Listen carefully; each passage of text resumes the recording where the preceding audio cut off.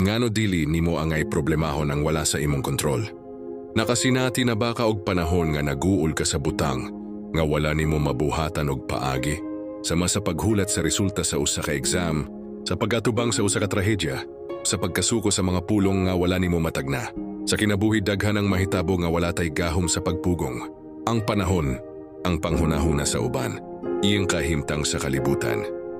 Adunay usa ka butang nga atong makontrol, ang atong kaugalingong reaksyon.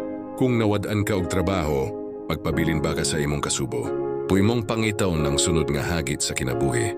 Kung adunay tawo nga nagsulti og batibahin nimo, masuko ba ka? Puimong pasagdan, kay kabalo ka nga ang ilang hunahuna dili ang imong realidad. Sumala kang Epictetus, usa ka bantugang Stoic philosopher. Walay makaapekto kanimo gawas kung itugot mo. Pusa, pangutana ang imong kaugalingon. Napakoy kontrol ani? Kung wala, pasagdi. Kung na liho ka, kay sa tinuod nga kinabuhi, ang kalinaw wala sa sitwasyon, kundi sa imong pagbaton og hustong panghunahuna.